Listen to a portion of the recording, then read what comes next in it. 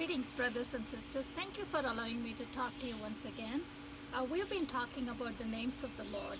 We talked about God is faithful, God is true. I shared my testimony about the faithfulness of God. So many times, if I can put all the testimonies in one word, that is, God is faithful. We also talked about El Elyon, the God who sees me. Today I wanted to talk about one more names of God, which was very interesting, and I found it in Exodus 13, 14, 34, Exodus 3, 4, 1, 4. If you have your Bible, please look up. The verse says that, "For thou shalt worship no other God, for the Lord whose name is jealous. He is a jealous God." Our name of our God's name is jealous God. His name is jealous God. Have you ever heard of a name of God who is jealous? We know that our God is consuming fire. We know our God is a merciful God. We know He is the greatest is faithfulness. We know He is so merciful. You know, I've heard and I've seen there are people take offense with this name of God, that God is jealous. Why God has to be jealous? That's not His characteristic. But if you look up the Hebrew word for the jealous God, it is Yahweh Elkanah. Yahweh Elkanah. What does Yahweh Elkanah means? He is a jealous God. So if you look at the context, it's always good to read Bible in the context.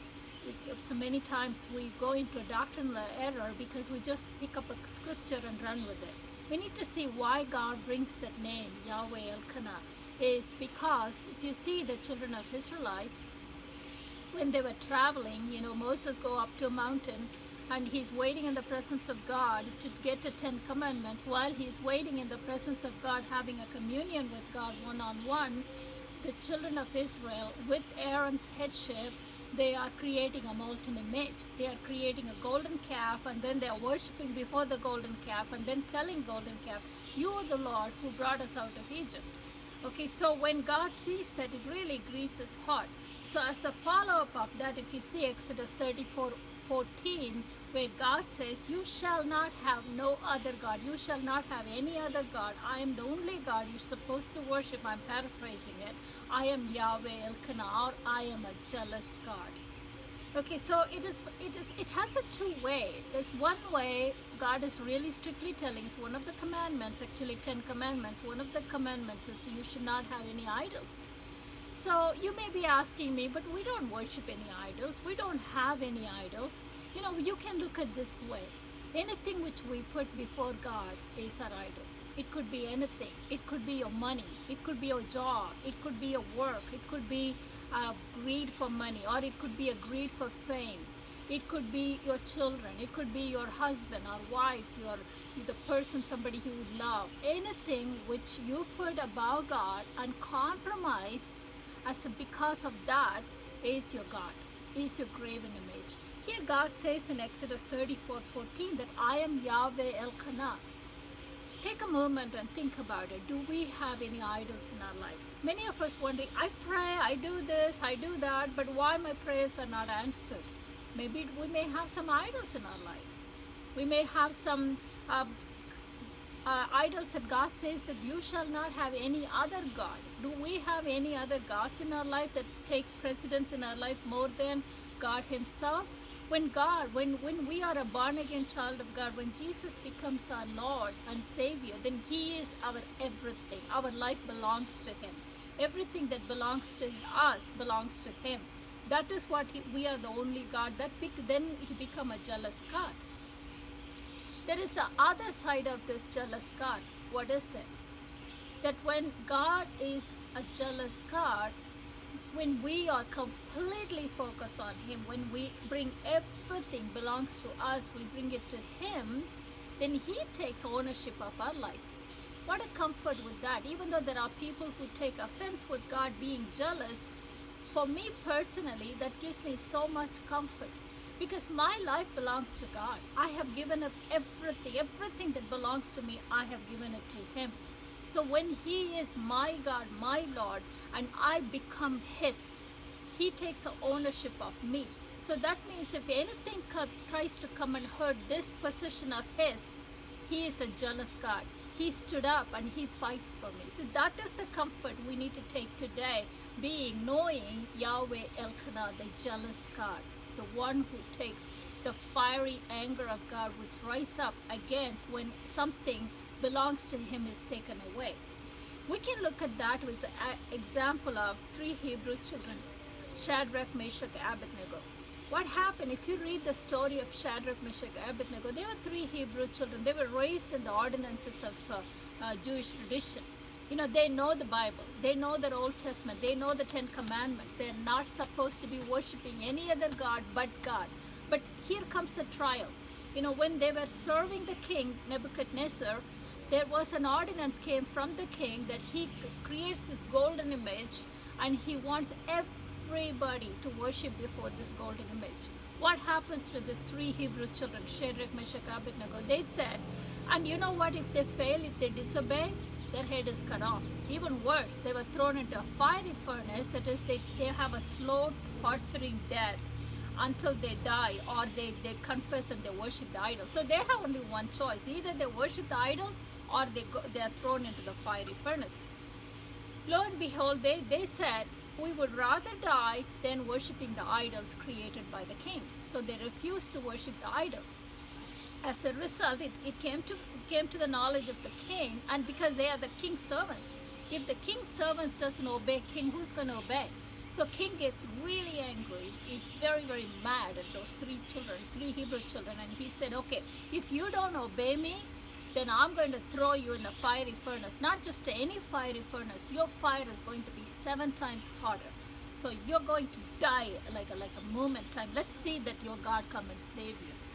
And the children were given choices. Either you worship the idol or you die. You know what they say? Our commandments say that they know that Yahweh Elkanah, he is a jealous God. He is a jealous God. You know what they say? They make a faith confession to the king in the face of death. They say, even if we die, our God is able to deliver us. Even if we die, we will not worship an idol created by the king. Can we say that today? Are we in a place where we can say, even if I am suffering, even if I have a lack, even I don't have this or that, the other thing, I will not compromise. I will not grieve the heart of God. I will not do this. Are we at the place? Are we having any secret idols, a tiny little idol secret? Nobody knows. In a closet we have idols which takes the place of God. So anyway, you see the rest of the story of three Hebrew children. They refused, and so they were thrown into the fiery furnace. Everybody is watching. Oh my goodness, they are going to die. They are going to become ashes now. As they are watching, they saw a fourth man. So the king takes a moment and says, no, but we only threw 3 children. What happened? Who is the fourth man? The fourth man appeared like a son of God. Who is the son of God? Jesus himself, the Lord, the Trinity of God himself, stepped into the fire and walked with the 3 Hebrew children. Not only nothing except the bounds, except the ties which tie their hand, the shackles, but not even their hair had a smell of smoke in it.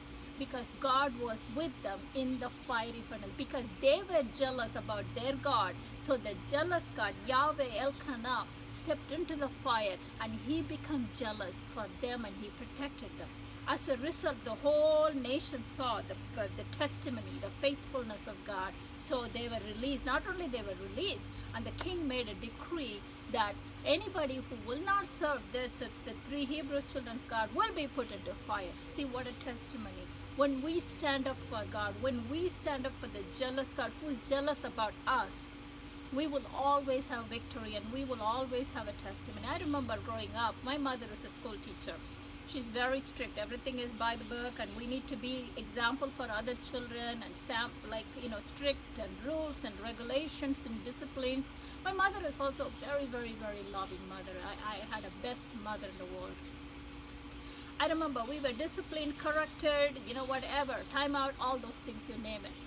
But she would never allow others to tease us. I remember one day in school, I had a classmate who's a bully, big bully. He bullied me like nobody's business. And I came home during lunch and I broke up and cried. My mom just asked me what happened. And I told her what happened. That's it. She didn't even wait. She immediately got ready, went straight to the principal. I thought she's going to stop there. She made such a stink with the principal that she needed to discipline the child. If not, she not only stopped there, she went to the bully's parents. I was like, oh mom, what you're doing here? Then that bully never bullied me again. Because my mother, when it comes to her position, her child, she becomes so jealous, and she step up. Like, however she disciplined me, that's different. But when it comes to that somebody is hurting her child, she's not going to allow that. See, that's how God is. He's a jealous God. When you and I are facing trials, sometimes God allows trials. But sometimes the enemy brings trials. The enemy attacks us through sickness, through disease, through cancer, or through anything. Even though infection, coronavirus is spreading all around. When we were attacked by enemy, when you serve, just like those 3 Hebrew children, you are so faithful to your jealous God. You are jealous about your God.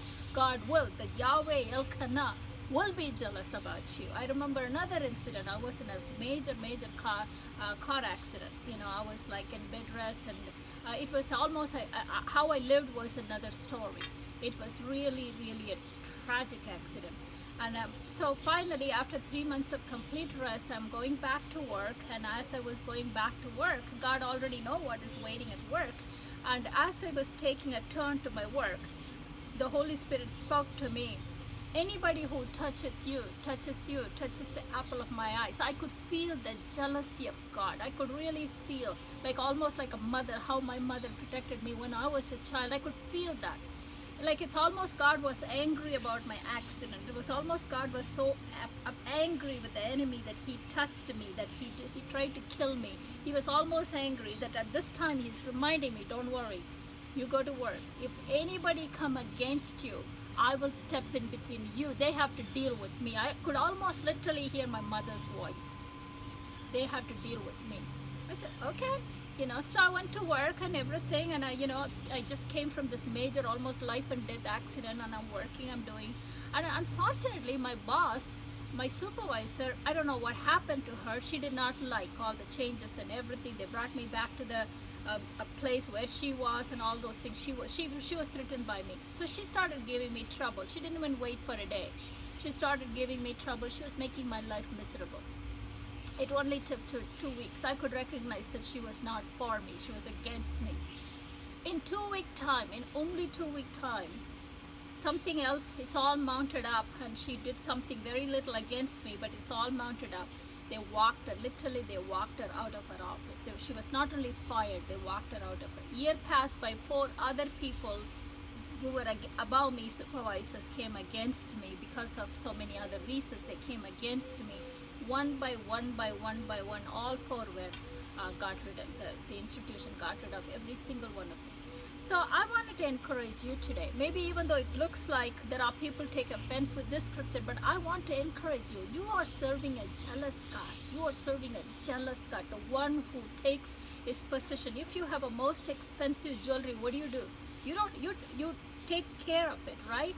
God, Jesus died for you. He shed his blood for you. The price he paid to purchase you is most expensive. You're more precious than any jeweler in this world, any jewelry in this world. So you'd lift up your hand every time an enemy tried to touch you. You say, Lord, your position is at risk. That's all you have to say. The jealous God, the Yahweh Elkanah, will step in and say, you're not touching my position. Because God says, he that toucheth you, toucheth the apple of his eyes. God bless you.